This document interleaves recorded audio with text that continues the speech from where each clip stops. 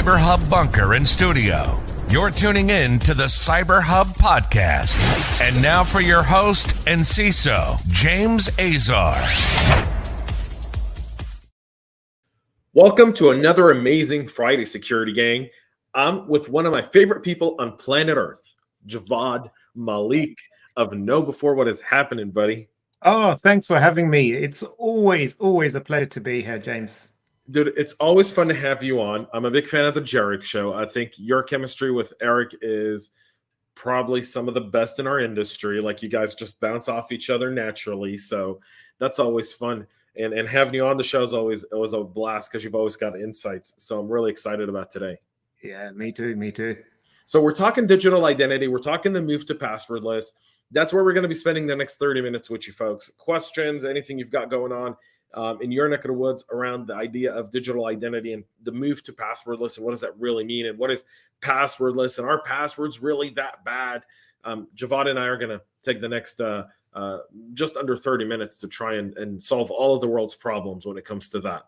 So no pressure at all. But Javvad, talk a little bit about where you're seeing digital identity head now, post kind of the hybrid work movement that we've seen over the last few years. So I think it's been a really interesting one, and I think hybrid is the right word, because we're seeing this convergence of the physical and digital identities in a much different way than we've seen in the past. I just saw recently there was a story where someone was interviewed for a job, and everything's on Zoom, these are online. And so they were interviewed for a job and they got the job. And then the person that started the job, they were pretty sure it wasn't the same person that interviewed for the job. But they had no way of, it's really a weird one. It's like, how do you validate that or prove that or disprove that? It becomes a really different conversation. Have you done any certs during the last few years? I have, yes. I did get a cert. Right. So, when you go to do the testing for the cert now, they make you unhook all your monitors and they're like, hold your camera, turn around your laptop, show us your desk, show us that none of the monitors are where they are. And I'm just like, what is going on here? Yeah. What is this stuff? It's really weird. So I've applied for a few things over the last couple of years, and they've taken that new sort of authentication or verification online. So it's like you take a picture of your ID, and then you record a little selfie, or a little video clip, and you say certain things, and it gets you to blink your eyes. And then one of them, they text you some numbers, and then you have to read out those numbers. So I think it's quite a convoluted process. I think it's good when it works well. The challenge is that, like a lot of things, and this, I'm sort of delving a bit into strong authentication as well, though, is that where that process doesn't work or it breaks for some reason, it defaults down to a less secure or far more inconvenient method. And I think that's where a lot of the challenges sometimes lie. Yeah, that to me is a very, very interesting little piece to it, right? The whole idea of the convolution of user experience when it comes to authenticating them remotely. To me, that's, the challenge, I think, for any security practitioner as you're trying to verify identities, trying to secure. I mean, the last 2 years in this hybrid work environment where we're hiring people that we're not really seeing, right? We're not really interacting face to face. We're not sitting in the same room anymore. We're not going to, and not everyone's flying and staying at the Ramada Inn for training, right? Like, people are just kind of doing everything through Zoom or Teams or whatever. And then there's this kind of now move to passwordless, right? And I know what people say. People say passwordless is the worst thing on planet Earth. Passwords are the worst thing on planet Earth. Yes, that's the one. Right? And we need to get rid of passwords. But then again, right, if the move to passwordless is, how do you see the move to passwordless? Let me ask you this before I get into my rant, because I've got a whole opinion on it. Yeah, so I think it's an interesting move, and it's not without its flaws. on one hand, yes, from a pure security perspective, passwords are vilified, but they are cheap. They are easy to they're sort of like easy to know how to operate, and they tie into a ton of legacy systems. And I think that's something that's a key thing to remember. Passwordless, it's great when it works. The big challenge with passwordless is what happens if you forget your identity. I say forget, or you're not able to use that channel. Where does it default to? We have this problem with, like, say, authenticator apps. If you move your phone, if you get a new phone, which most people do, a lot of times it's a very convoluted process. Like, how do you move your you need to authenticate before you switch over, and a lot of people don't think about it, or there's all these identities that IDs that they haven't logged on and used for a while. So it becomes difficult. They give you codes that you're meant to print out and then save somewhere, but where do you save them? Who actually prints them out outside of technology people? Well, I think there's lots of like these little aspects that make the user experience really, really bad when things don't go right. Yeah, so I agree with you. So here's my thing about passwords. Weak passwords or weak password policy is one thing, right? Passwords overall are a good first step in authenticating someone. If we get rid of the word password and we use passphrase, we get even better, right? Because we make it that much more difficult. Now, for multi-factor authentication, I agree with you. I am, Roger and I did a webinar not long ago on hacking multi-factor authentication. His book's right there, right on it. And we had that conversation around multi-factor authentication, around apps versus SMS versus how do you properly deploy it. I think those are all very valid points, right? And how do you deploy and how do you properly engage multi-factor authentication after a password? I like the idea of applications better than I do SMS. I think the move to passwordless, though, Javvad, has one big hindrance inside, and you brought it up, which is what happens when the means of how we identify someone is no longer available to that person. Yeah. And the process to reset that person's identity is very convoluted. Right? It is. It's extremely convoluted. And then you think, if this were just a password, I could click forgot password. They would email me a link. I'd click on that, reset my password, and I'm good to go again. And think of that, what that costs to the business, right? Yeah. So think of that cost to the business, the cost to the business of putting someone who may have lost their main device or the main way they authenticate into your environment. They can no longer meet that authentication right piece, and now they're out of commission for a day to a week, however long it takes you to really re-authenticate them. Hours, let's say it's hours. Let's say best case scenario, it's 4 or 5 hours. That's half a workday. Yeah. Right. And so there's significant challenges to going passwordless beyond a lot of the buzzword stuff that we see going on. The big thing about passwordless is people go, well, it's biometrics. What do you think of biometrics? No, but biometrics are, I think the technologies are there when they're implemented properly. And if you're using the FIDO sort of standard and it's on the phone, which are, it's quite, from a technological perspective, it's fine.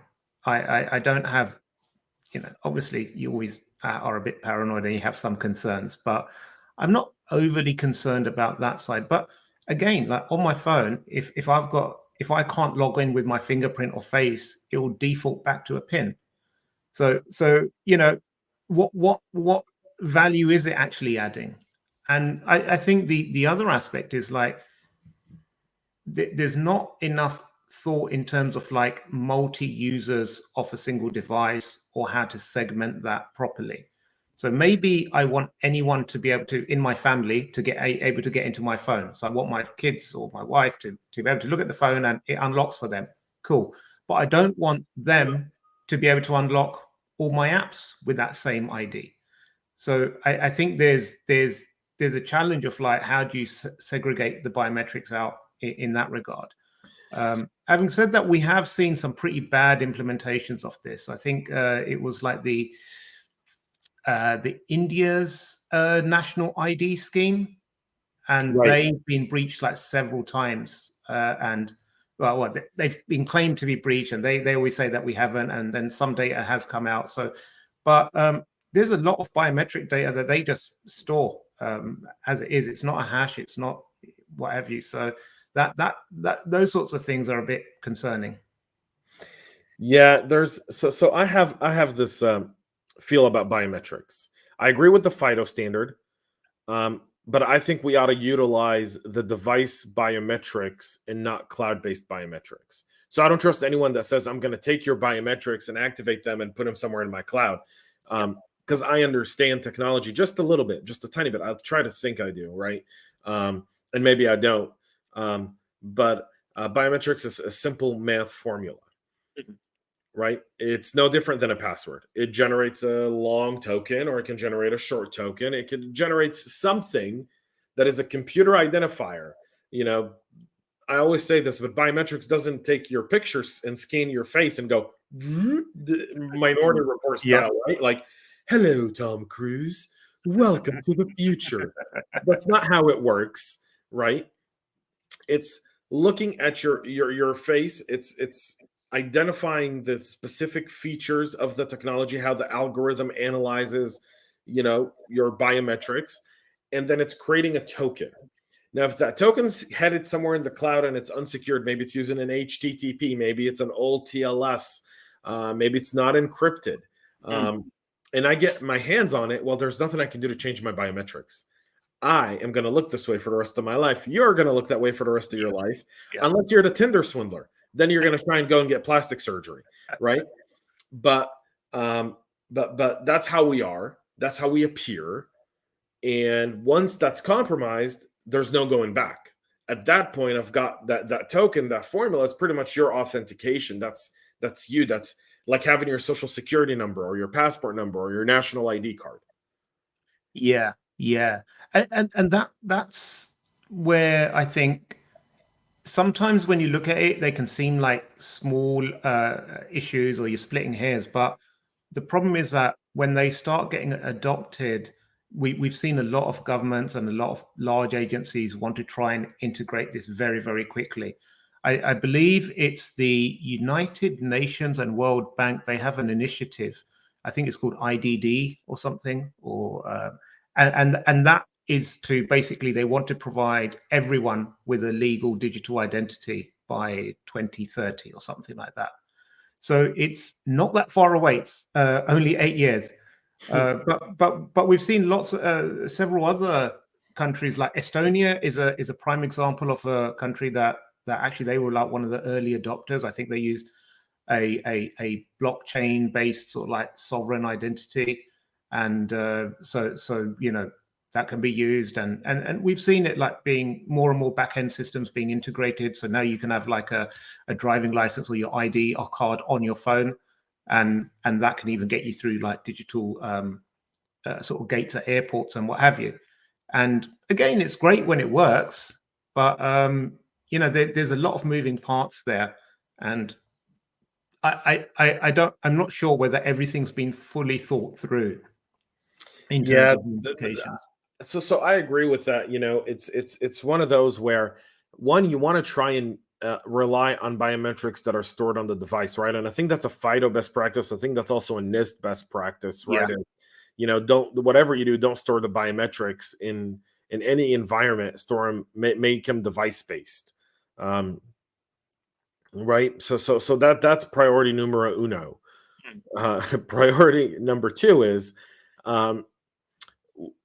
when do you require additional authentication, right? And how do you retrieve, if I lost my phone, how do you help, right? How do you help me get it? Like, I think that's why password managers have become so big, right? Because we talked about the authentication app. Now, most password managers also give you the authentication. So, to get the authentication, all you need to do is just log into your password manager, which is a little bit different from a Google or a Microsoft authenticator, which sometimes could cause a little bit more of a headache when moving.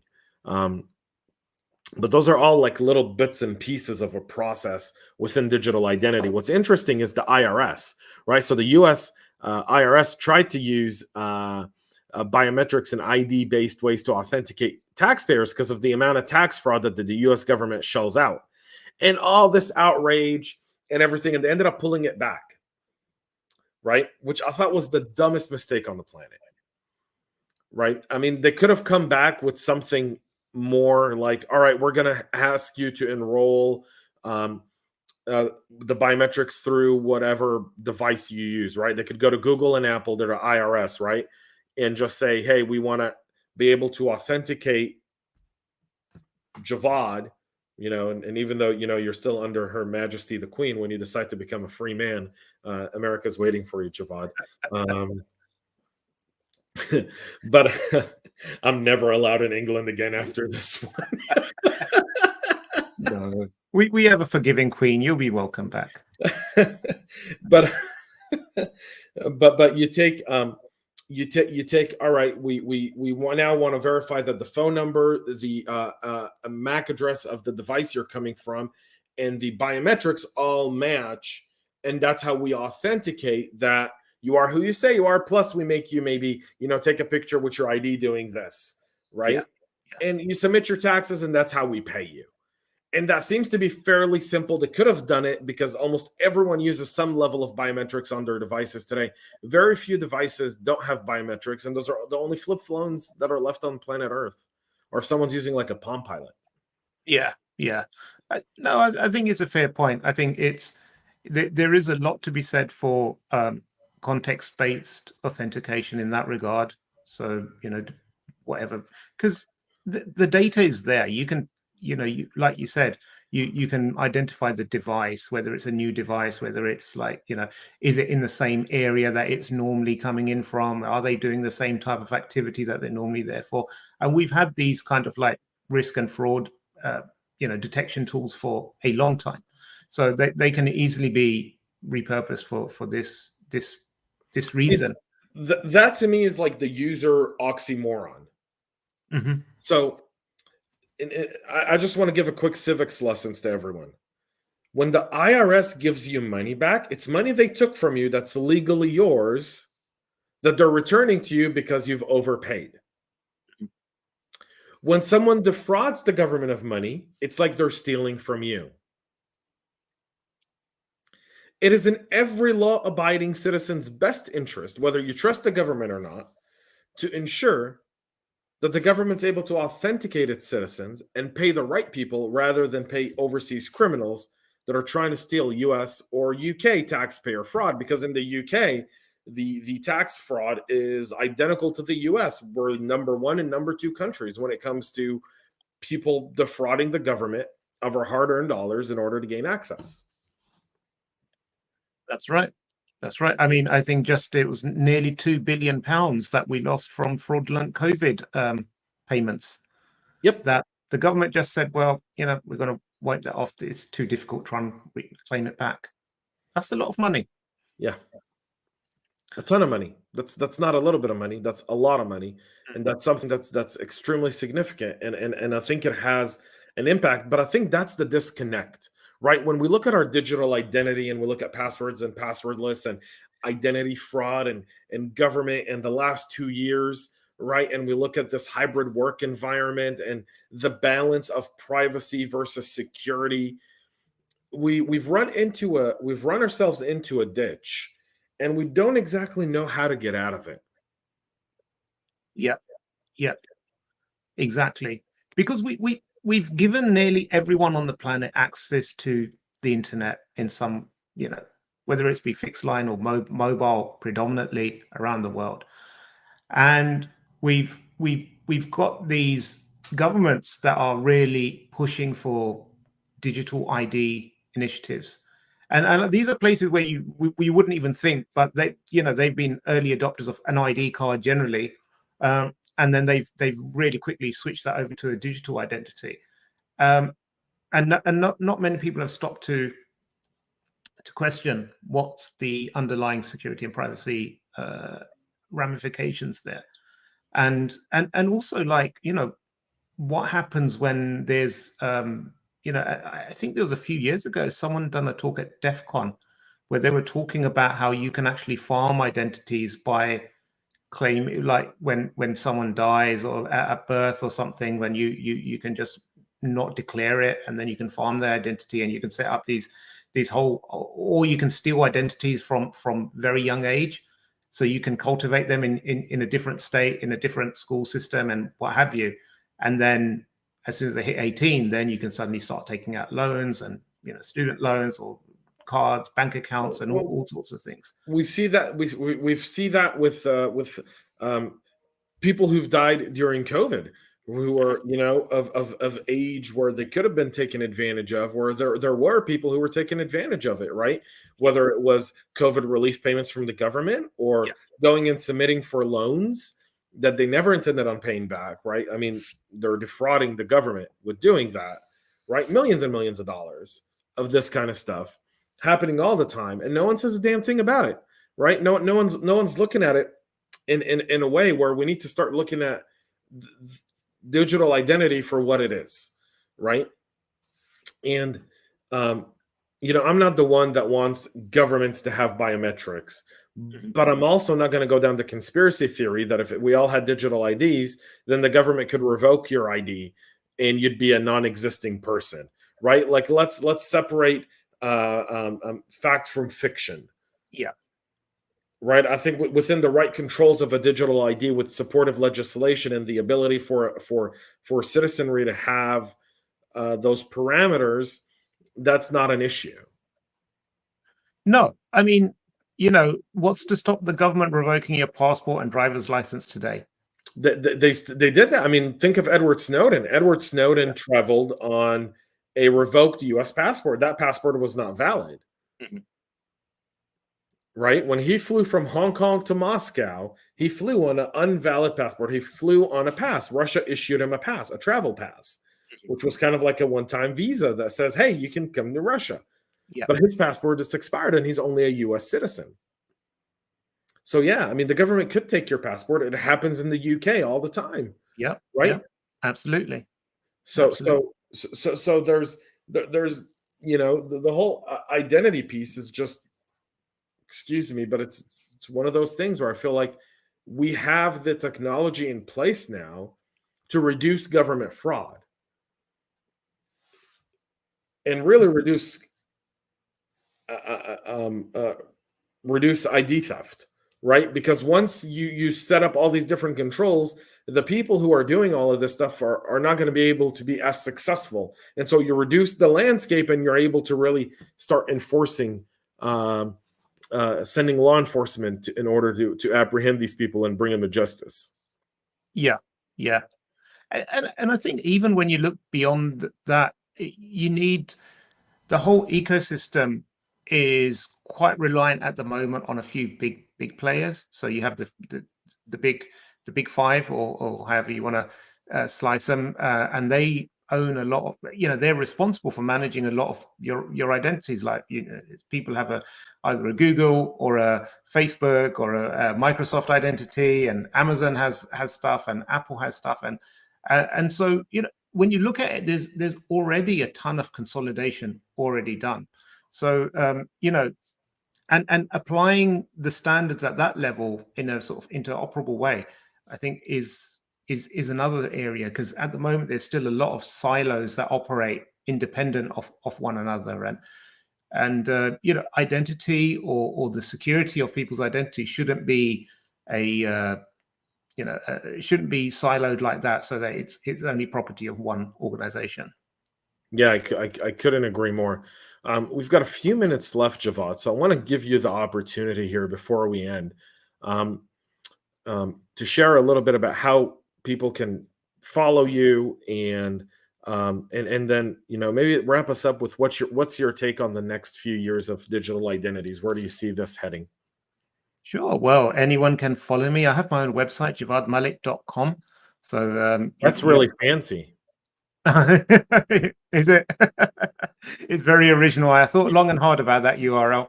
It rolls off the tongue. Did you open a Wikipedia page? No, I haven't opened a Wikipedia page. But if you open one for me, I'll open one for you, and then we can do the whole crisscross. Like, oh, we're independent, impartial. Javad's the greatest on earth. Yes. All bow. So did you hear about that? This is going back a few years. Someone edited their Wikipedia page to say that they were the foremost expert in XYZ. I can't remember. Say like I edit my Wikipedia page. I'm the foremost expert on cybersecurity and digital identities. And then they got an interview with the New York Times, and they said to them, well, according to my Wikipedia page, I am the foremost expert on digital identities. So the New York Times quoted them as the foremost expert. And then he went back and edited his Wikipedia page again to point to the New York Times article and saying, the New York Times called me the foremost expert on digital identities. So, what a cycle. Just shows you how lost our media is. It is. And I think that's one of it's so the more convoluted these processes are, and the more rigor, I think the excessive rigor that sometimes people put into things ends up backfiring, because then it becomes a really simple, like, hey, if we just do this, then we can bypass that. And that's where we are today. I think with digital identities, it's people at the moment, they put a bit too much trust into things that shouldn't be. So, if I can forge a digital passport or something, then I can use the automatic gates and go through, and no one's going to stop me because there's no one manually then checking it. They're just like, well, the computer says yes, so he must be who he says he is. Yep. No, I've never actually experienced that luxury of actually being able to breeze through a passport, but an airport, sorry. But I think this is the thing. There's tons of benefits. It needs to be implemented properly, but we need to have those backups in place as to, like, how do you recover from it if it's corrupted, if you lost the device, if you lost if you lost the ability to authenticate in the normal way. So, say you go on holiday and your phone gets pickpocketed. What recourse do you have? How do you identify yourself? Do you even remember what your social security or national insurance number is to validate yourself? I think this is like one of the challenges that we have, and I think until they're ironed out, I think we really need to think about it and proceed with caution. I completely agree. Javvad, thank you so much for coming on the show. I really appreciate it. To everyone tuning in, thank you so much for watching this Friday conversation with the awesome Javvad Malik. Make sure to subscribe to the CyberHub Podcast. You can catch this episode on Facebook, LinkedIn, YouTube, Twitter, Twitch. Go to our YouTube channel, subscribe there, catch all the latest. We'll be back on Monday with another awesome episode of the Practitioner Brief and Cyber News. That's at 9 a.m. Eastern on your favorite podcast listening platform and on all of our social media platforms as well. And this weekend we'll be featuring a very, very special episode ahead of AFCEA West with my good friend, former Navy Captain Jim Terenkamp, talking about electronic warfare and geopolitics, what's going on between Russia and the Ukraine, and China and Taiwan, and how does electronic and cyber warfare come into play in future and current conflicts. So you'll be able to check that out tonight. On Friday it'll air, as well as on all over the weekend, so go and check it out. It's an awesome 2-part series. On behalf of myself, on behalf of Javvad and KnowBe4 for their support of today's episode, thanks so much for tuning in. We'll see you folks on Monday. Cheers, and stay cyber safe. We love feedback, so make sure to connect with us on social media and subscribe to our podcast on your favorite podcast listening platform.